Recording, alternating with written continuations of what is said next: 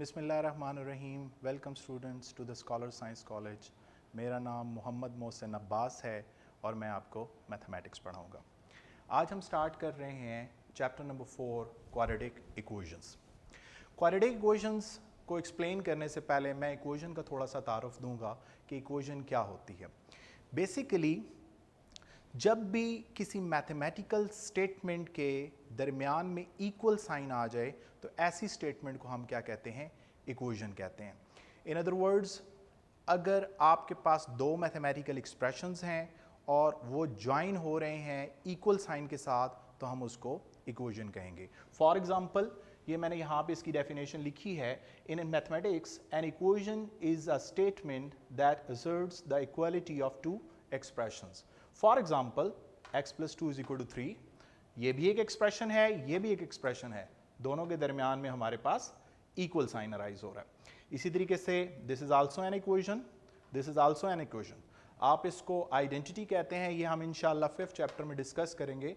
Identity is also a type of equation, तो ये भी हमारे पास एक इक्वेशन है। नाउ इक्वेशन को हम फिर क्लासीफाई करते हैं कुछ टाइप्स में।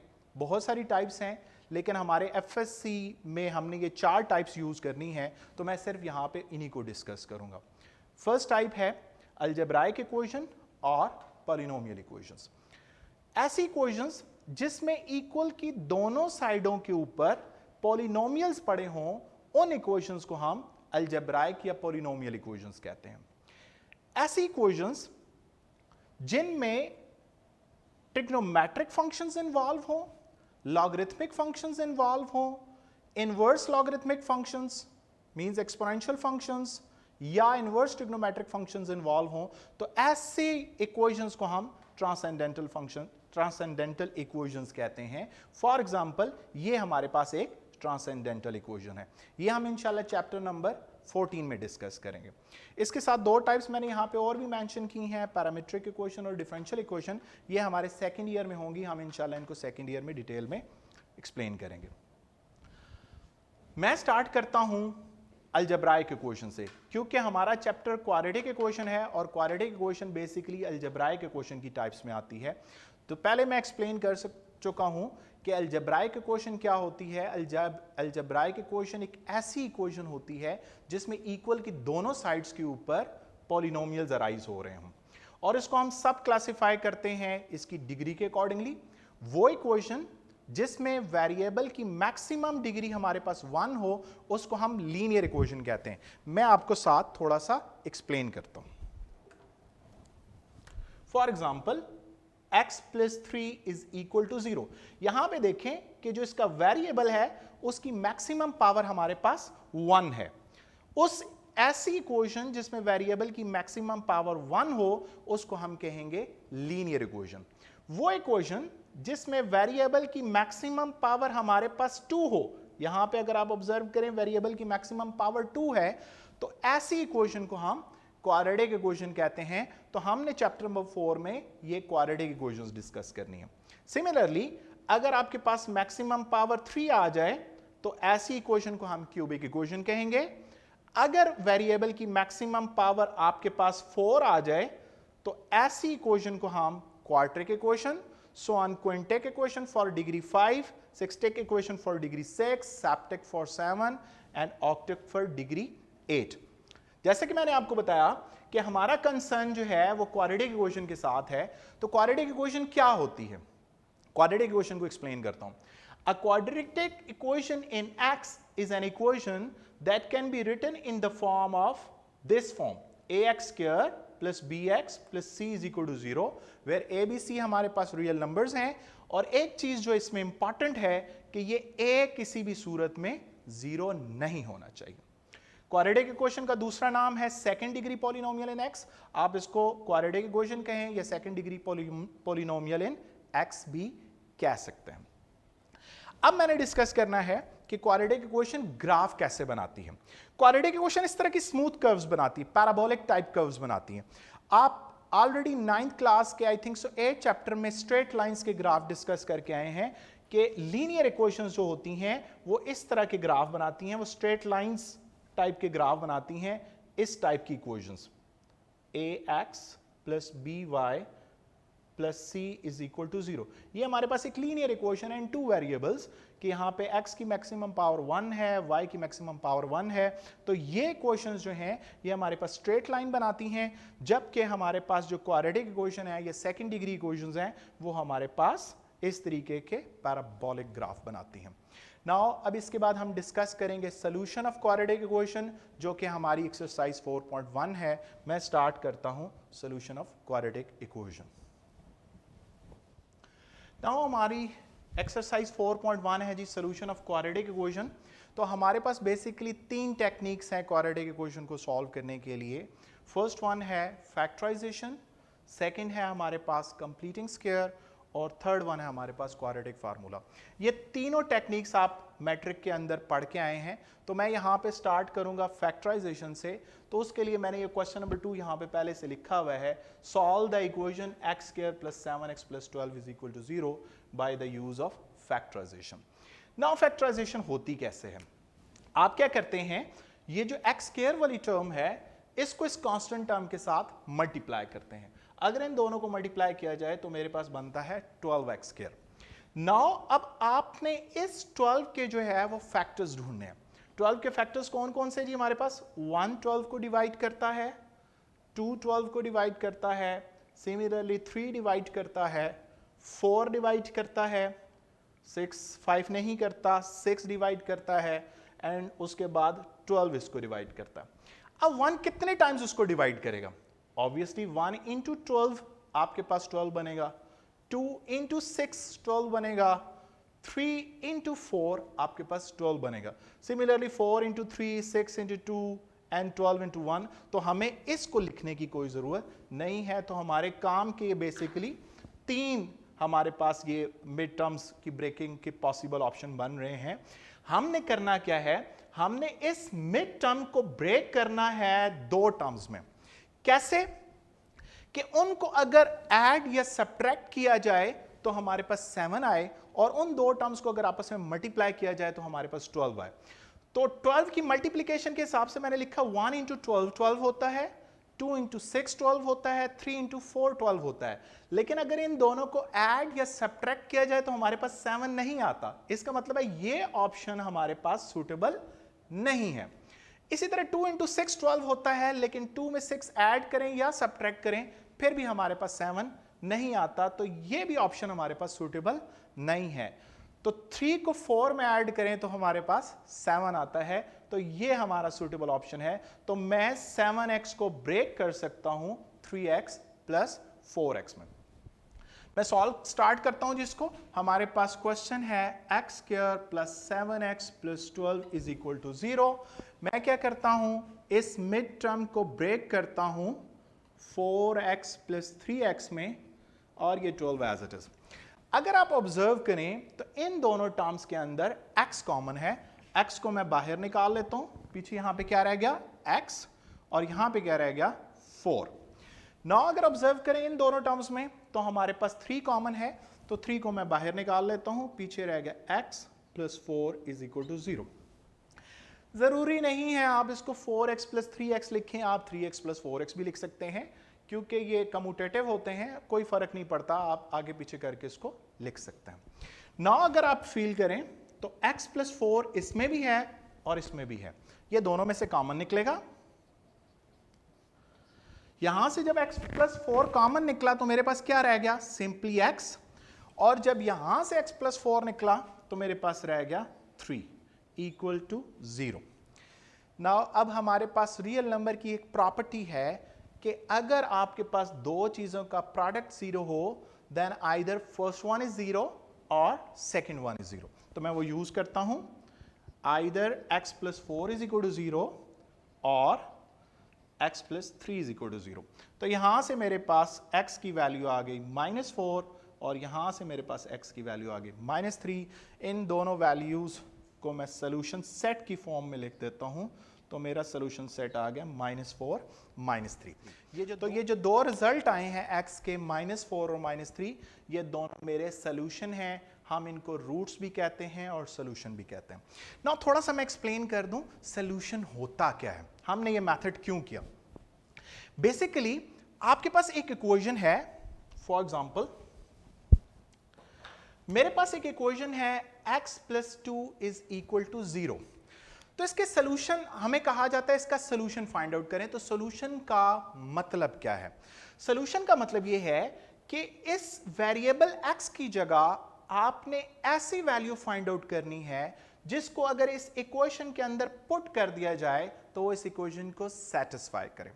सेटिस्फाई करने का क्या मतलब होगा कि x की जगह ऐसी वैल्यू रखें कि लेफ्ट हैंड साइड और राइट हैंड साइड दोनों आपस में इक्वल आ जाए। तो हम हिट एंड ट्रायल मेथड के साथ चलते हैं। पहले मैं x की जगह 1 रख के देखता हूं। जब x की जगह 1 रखा तो 1 प्लस 2 क्या बनेगा मेरे पास 3। क्या 3 इक्वल टू 0 होता है हमारे पास? नो, ये स्टेटमेंट मेरे पास फॉल्स हो गई। इसका मतलब है x की वैल्यू 1 नहीं हो सकती। अब x की वैल्यू मैं यहां पे -1 रख के देखता हूं। जब x की वैल्यू मैंने -1 रखी तो -1 प्लस 2 ये हमारे पास बना 1 is equal to 0। This is also a false statement. इसका मतलब है x की वैल्यू -1 भी नहीं हो सकती। 2 रख के देखूंगा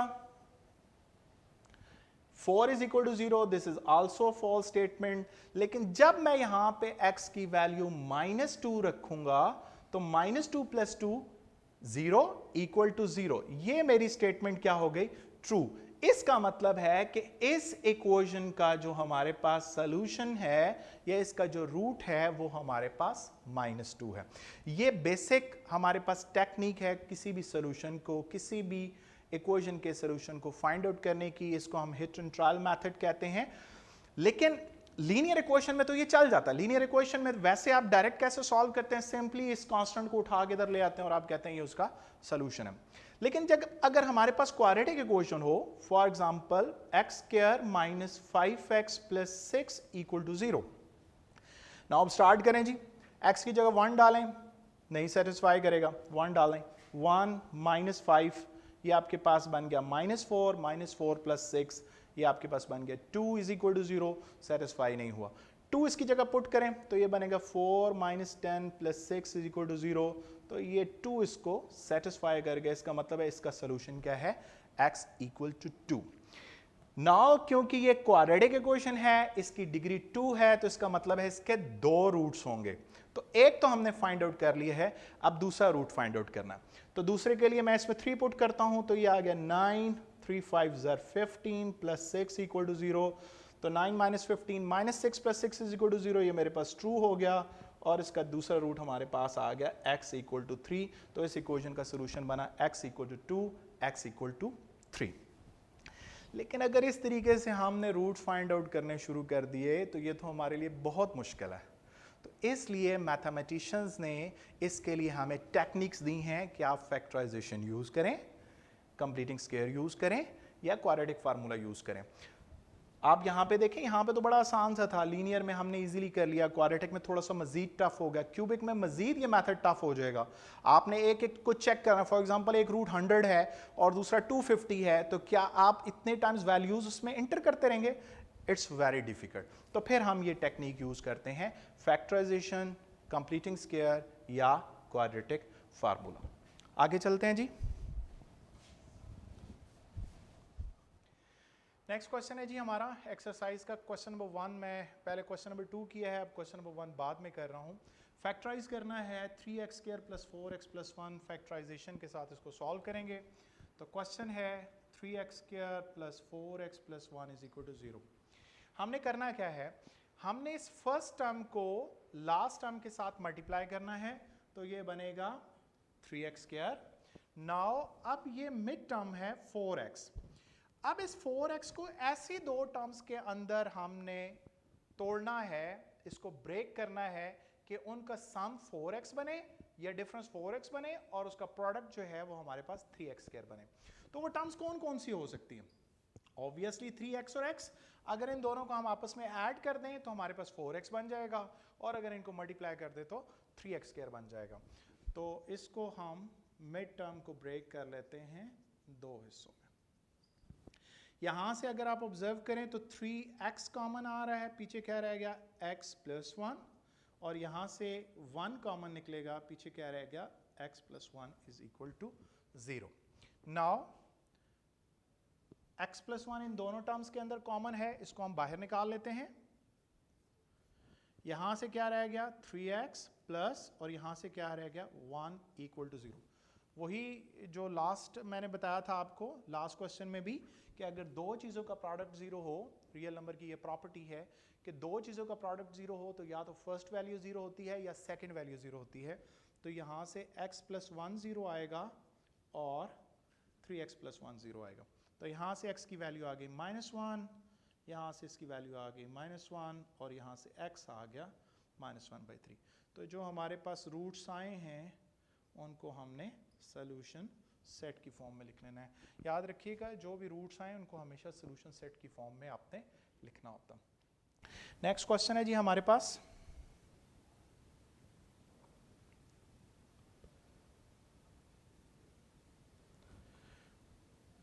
(9x² - 12x - 5). क्वेश्चन नंबर 3 है, solve 9x² - 12x - 5 equal to 0 by factorization। Start करते हैं जी। 9x² - 12x - 5 is equal to 0। आपने फर्स्ट वैल्यू को लास्ट से मल्टीप्लाई करना है तो ये बनेगा -45x²। नाउ अब आपने इस 12x को ब्रेक करना है ऐसी दो टर्म्स में कि जिसका प्रोडक्ट हमारे पास क्या आए, -45x आए, x² आए, और उसको ऐड या सब्ट्रैक्ट करें तो -12 आए। तो यहां से आप इसके फैक्टर्स ढूंढ लें। 45 1 इसको डिवाइड करता है, 2 नहीं करता, 3 करता है, 5 करता है, और 5 9 टाइम्स करता है, 3 जो है वो 15 टाइम्स करता है, और 45 1 टाइम करता है। नाउ कौन सा सूटेबल फैक्टर है जी? 45 और 1 किसी भी सूरत में 12 नहीं हो सकता। It means this one is not a suitable. और 15 और 3, 15 में से अगर 3 आप माइनस कर दें तो आपके पास 12 बन सकता। तो इसका मतलब है ये हमारे सूटेबल फैक्टर्स होंगे। तो इसको मैं लिख लेता हूं जी, 9x², यहां पे भी साइन छोड़ देता हूं, 15x 3x - 5 is equal to 0। ना क्योंकि ये नेगेटिव वैल्यू आ रही है, इसका मतलब है कि जो बड़ी वैल्यू है उसके साथ माइनस साइन आएगा। अगर यहां पे प्लस आ रहा होता तो बड़ी वैल्यू के साथ पॉजिटिव साइन आता। तो ये माइनस है तो इसका मतलब है इसके साथ नेगेटिव साइन आ गया।